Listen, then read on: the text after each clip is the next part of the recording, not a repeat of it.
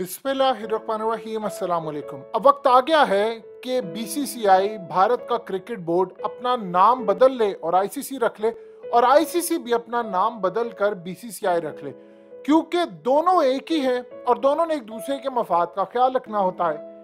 आज एग्जैक्टली जिस तरह इन्होंने पाकिस्तान को हराया था, अब अंपायरों की मदद से आज बांग्लादेश को भी हरा दिया है। और अगर आज का मैच भारत हार जाता तो पाकिस्तान के चांसेस रोशन हो जाते सेमीफाइनल में जाने के लिए, लेकिन अंपायरों ने ऐन मौके पर वही हरकत की जो हमेशा भारत को फायदा देती है। इस वक्त पूरे बांग्लादेश में गुस्सा है और उन्होंने ट्रेंड चला दिए हैं कि चीटिंग की है अंपायर्स ने और इनको जितवाया है। अब मैच शुरू होता है, बांग्लादेश ने टॉस जीता और इंडिया को दावत दी और इंडिया ने 184 स्कोर किए, 6 खिलाड़ी उनके आउट हुए। विराट कोहली ने 64 स्कोर किए 44 गेंदों पर। अब उसके बाद चेस करने के लिए आते हैं बांग्लादेश। अब जिस तरह स्टार्ट किया, लिटन दास ने थोड़े दिन पहले रिजवान और बाबर आजम से बातचीत की और कुछ टिप्स ली। आज उसकी इम्प्रूवमेंट का आप अंदाजा लगा सकते हैं कि उन्होंने 27 गेंदों में 60 स्कोर किए और बांग्लादेश बड़ा जबरदस्त चेस कर रहा था। तकरीबन 7.2 ओवर में पहली विकेट गिरती है जब 68 रन पर पहली उनकी विकेट गिरी, पार्टनरशिप टूटी। अब हुआ यूं है कि मैच होता है और मैच के दौरान अचानक बारिश हो जाती है। बारिश के बाद शाकिब अल हसन जाते हैं और अंपायर उनको बताते हैं कि फलाने आपके इतने ओवर्स कट गए हैं और आपका जो रन रेट और फलाना ये होगा, यानी उसमें सारे का सारा नुकसान हो गया बांग्लादेश को। ओवर्स भी उनके कम हो गए, रन्स भी ज्यादा हो गए। उसके बावजूद बांग्लादेश मैच जब खेलने के लिए तो रोहित शर्मा और शाकिब अल हसन को अंपायर ने बुलाया और वो वहां पर चीखता रहा कि भाई फील्ड सारी वेट है, मुझे बताइए कि हम कैसे खेलेंगे, कैसे मैच हम जीतेंगे, हमने शॉट्स खेलनी है, इतना रन रेट गिर गया है, ये सारी सूरत हाल हुई है। लेकिन पूरे के पूरे स्टेडियम के अंदर ये मनाजिर दिखाए गए कि बांग्लादेश का एग्जैक्टली कैप्टन वही कर रहा था जो बाबर आजम ने चंद दिन पहले किया जब नो बॉल की बात आई और उसके बाद दूसरी डेड बॉल और दूसरी सूरत हाल। इमेजिन कर लें कि विराट कोहली की नो बॉल की उन्होंने हाईलाइट ही नहीं दिखाई। अब सूरत हाल ये है कि शाकिब अल हसन उनको कहता रहा, उन्होंने नहीं सुनी। उसके बाद इमेजिन कीजिए कि लिटन दास खेलने के लिए आता है जो कि फुल फॉर्म में था और मैच ऑलमोस्ट बांग्लादेश के हाथ में था अगर वो एंड तक स्टे करता। अब आप इमेजिन कर लें कि जो बंदा 222 के स्ट्राइक रेट से खेल रहा है तो वो अच्छा नहीं करेगा तो क्या करेगा। लिटन दास एक दफा गिर जाता है क्योंकि फील्ड जो है वो वेट है और तौफीक नहीं पड़ी इतनी इनको कि वहां से बुलाकर लोगों को तो सफाई कर ले, पहले ग्राउंड से पानी निकालो। उन्होंने कहा ठीक है जी, खेले और खेले। और उसके बाद वो गुफ्तगू होती रही, कमेंटेटर्स बात करते रहे, बांग्लादेश के अंदर ये बातचीत होती रही, ये सारे यही गुफ्तगू करते रहे। अब होता यूं है कि एक दफा वो गिर जाता है स्लिप होकर और उसके बाद हर जगह ये अंदाजा हो जाता है कि मैच के अंदर जो शाकिब अल हसन ने बातचीत की थी वो बिल्कुल ठीक थी, स्लिपरी बहुत ज्यादा है। उसके बाद वो दोबारा रन लेने के लिए जाता है और 2 रन से लेता है, लेकिन दूसरा रन लेते हुए अचानक वो स्लिप होता है, लेकिन वो स्लिप होते गिरता पड़ता वो दोबारा विकेट तक पहुंचता है और वहां पर पहुंचते पहुंचते केएल राहुल ने उसको थ्रो किया और वो रन आउट हो गया। अब उसके बाद वो बैट पटकता हुआ कि ये क्या है, फील्ड खराब है, वो वहां से चला जाता है। इमेजिन कर लें कि अगर इंडिया की ये सूरत हाल होती। विराट कोहली बहुत अच्छे प्लेयर है और लेजेंड है और क्रिकेट के अंदर उन्होंने जो शाहकार किए हैं उसमें पूरा पाकिस्तान उनकी इज्जत करता है, लेकिन एक लिमिट होती है किसी भी चीज की। आप ग्राउंड पर जाएं तो आप अंपायर बन जाते। उस दिन अंपायर ने नो बॉल नहीं दिया तो विराट कोहली ने इशारा की तो अंपायर को याद आ गया, अच्छा वो बीसीसीआई जिसका 90% रेवेन्यू आता है पूरी दुनिया के क्रिकेट की बजाय इनसे आता है, तो नो बॉल दे देते ना। उसके बाद रिप्ले दिखाया ना कुछ हुआ। अब यही सूरत हाल इनके साथ पेश आई है।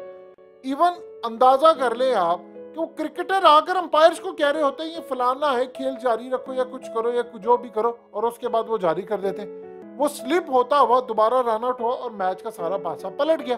के बावजूद रन रेट इतना ज्यादा हो गया था, ओवर कट कर दिए उन्होंने।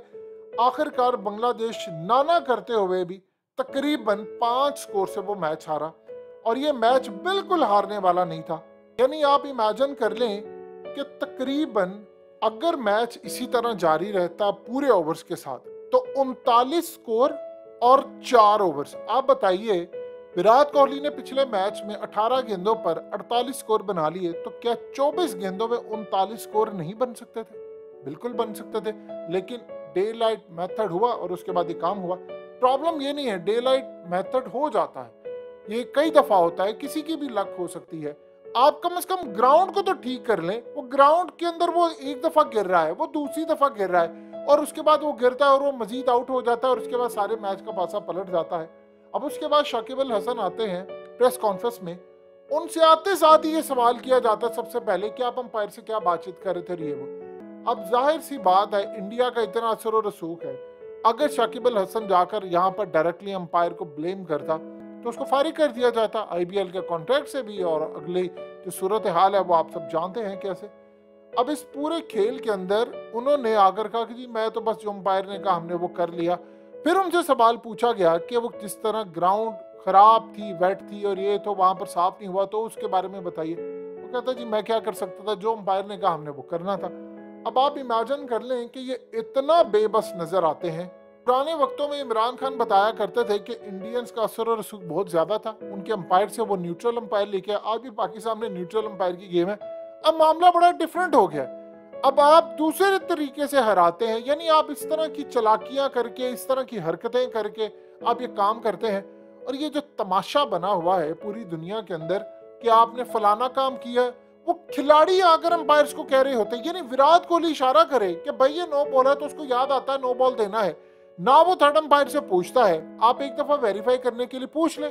पाकिस्तान का मामला ये वो असल सूरत हाल होती है कि आप देखिए कि जिस तरह की भी सूरत हाल हो, यहाँ पर आपको पता चलता है जहां से पैसा आता है। प्रॉब्लम ये है कि पाकिस्तान का क्रिकेट बोर्ड भी हमारे भी रेवेन्यू आईसीसी देता है और वो ज्यादातर भारत से आती है, तो आप कैसे कर सकते हैं जब मुल्क की सूरत हाल ये हो कि आपका मुल्क पूरी तरह इकोनॉमिक क्राइसिस में डूबा हो, करप्शन के किंग एक दूसरे को बचा रहे हो कि उसकी करप्शन बेनकाब हुई तो हमारी हो जाएगी, तो वहां पर ऐसी सूरत हाल का होना लाजिम है कि आपका क्रिकेट बोर्ड वहां पर क्या करेगा।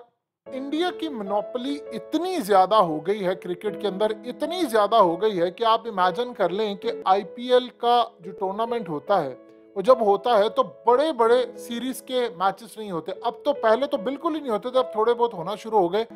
यानी जब आईपीएल होता है तब वो देखते हैं कि फलाना कौन सा टूर्नामेंट होगा, किसी की सीरीज हम आगे पीछे कर दें ताकि सारे का सारा फोकस हो, वहां पर जुआ लगे, वहां पर पैसा लगे और नोट का।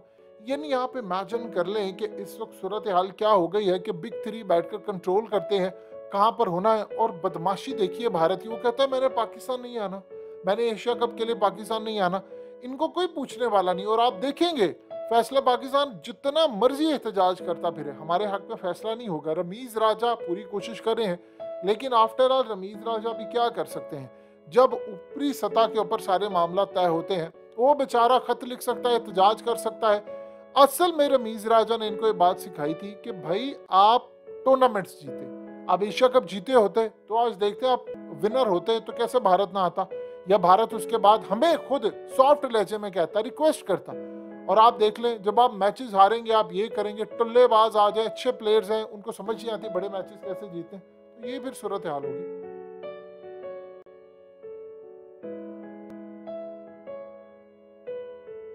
हकीकत टीवी को सब्सक्राइब करना मत भूलें, वीडियो को लाइक करें, शेयर करें और कमेंट सेक्शन में अपनी राय का इजहार जरूर करें।